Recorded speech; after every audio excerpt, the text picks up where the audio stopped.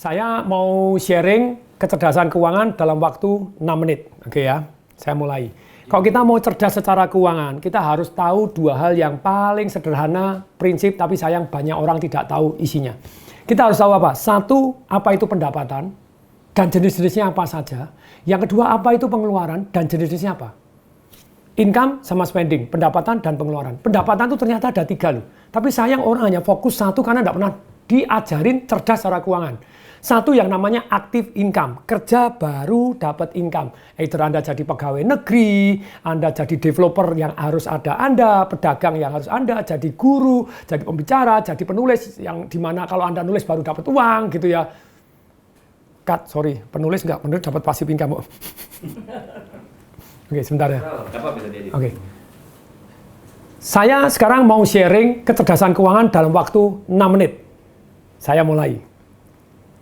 Jadi kalau kita mau cerdas secara keuangan, kita harus tahu dua hal yang sangat sederhana, tapi sayang jarang orang tahu isinya dan bagaimana caranya. Jadi kita harus tahu yang namanya pendapatan, satu, yang kedua pengeluaran, income dan spending. Ternyata yang namanya income atau pendapatan itu ada 3 macam. Sayang kalau Anda hanya punya satu saja. Satu yang namanya active income. Active income itu apa? Ketika Anda kerja, Anda baru dapat income. Anda jadi guru, ngajar, jadi pegawai negeri, masuk baru dapat income, jadi dokter, jadi lawyer, jadi pedagang, ketika Anda dagang baru dapat duit, jadi trader, ya Anda itu namanya active income.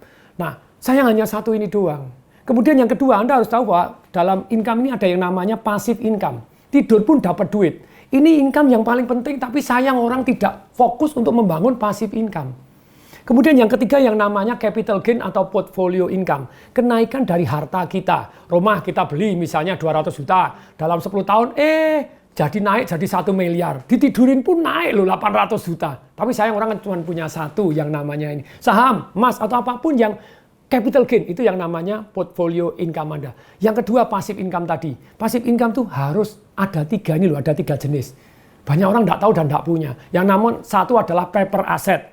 Obligasi, deposito, royalti, saham yang menerima dividen, jadi unit link Anda. Tapi sekali lagi, ini adalah paper asset. Yang kedua, jenis dari passive income adalah properti yang Anda sewakan dan Anda bagi hasilkan. Yang ketiga, itu adalah bisnis yang jalan tanpa Anda. Nah, sungguh sayang kalau kita tidak punya passive income. Harus punya passive income karena tidur pun dapat duit. Enak banget gitu loh ya. Nah, kemudian pengeluaran itu ada 4. Satu, pengeluaran yang produktif, kedua pengeluaran konsumtif, yang ketiga pengeluaran yang tampaknya produktif ternyata konsumtif, yang keempat pengeluaran yang tampaknya konsumtif ternyata produktif. Pengeluaran apa yang produktif? Semua pengeluaran Anda. Nambah karyawan, nambah mesin, kemudian beli properti disewakan, semua pengeluaran untuk ini. Semua pengeluaran yang meningkatkan aktif, pasif, dan portfolio income Anda, itu adalah pengeluaran yang produktif. Pengeluaran yang konsumtif, itu ada 3 macam. Semua pengeluaran yang langsung habis, istilahnya Anda baik nambah karyawan tapi ternyata tidak produktif, nambah mesin tapi ternyata tidak produktif. Yang apapun yang langsung keluar duit, langsung habis. Ini ya, untuk makan, untuk minum, untuk tour, nah ini langsung habis. Kemudian yang kedua namanya passive spending. Cicilan mobil Anda, cicilan rumah, lupa cicilan rumah kan harganya bisa naik, bisa. Tapi Anda nyicil itu tetap passive spending. Anda enggak bayar, disita gitu aja gitu ya. Cicilan Anda, langganan A, langganan B, langganan internet Anda, apapun yang keluar terus, itu sebenarnya passive spending. Oke ya. Kemudian yang paling berbahaya ternyata yang ketiga, invisible spending. Membuat Anda kere tanpa Anda tahu. Apa itu nomor 1 yang paling berbahaya? Silakan tebak. Inflasi. Tanpa sadar daya beli Anda, duit Anda tidak laku lagi gitu ya. Ya laku tapi kurang begitu. Nah, kemudian berikutnya, apalagi yang termasuk yang namanya invisible spending? Handphone Anda yang Anda pegang, komputer Anda, terus kemudian mobil Anda. Saya pernah belikan orang tua saya Mercy S-Class begitu ya, tapi orangnya tidak mau. Terus kemudian mama saya minta Alphard, ya saya ganti Alphard. Mercy S-Class beli 1,8 miliar. 7 tahun kemudian jual tinggal 350 juta. Anda beli mobil, buka pertama sekali hilang 200 juta. Besok buka sekali hilang 10 juta, hilang 20 juta, setiap dibuka hilang berpuluh-puluh juta. Itu namanya invisible spending. Tapi begitu banyaknya orang hari ini tidak cerdas, kepengen tampak kaya, beli motor, beli mobil, harganya hilang terus. kere tanpa berasa. Mohon maaf kalau pakai kata-kata keras gitu ya. Mohon maaf supaya insaf, saya seringkali menggunakan kata keras, sekali lagi mohon maaf. Kemudian berikutnya nih, jadi pengeluaran yang tadi konsumtif sudah. Sekarang yang tampaknya produktif ternyata konsumtif. Tadi ada satu orang, Pak Tung enak aja punya duit banyak bisa nabung. Saya ini gaji cuma 3,5 juta, nyicil motor 1,5 juta. Saya tanya, kamu nyicil motor apa? Honda CBR. Aduh. Harganya berapa? 35.500.000 waktu itu. Oke. DP-nya berapa? 9,5 juta. Cicilannya berapa? 1,6 Pak tepatnya. 1,6 juta Pak. Terus nyicilnya berapa lama? 32 bulan.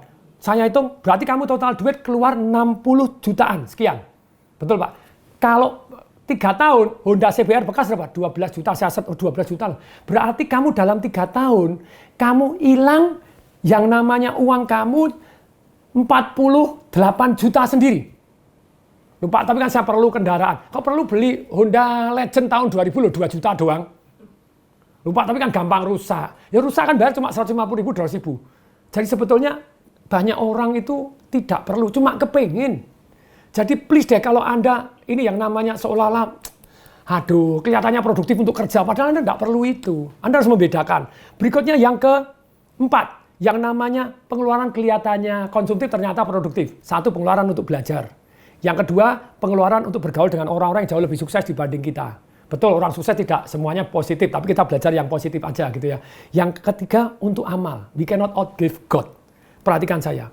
Banyak orang itu kebanyakan gaya. Padahal gaya itu sebanding lurus dengan tekanan.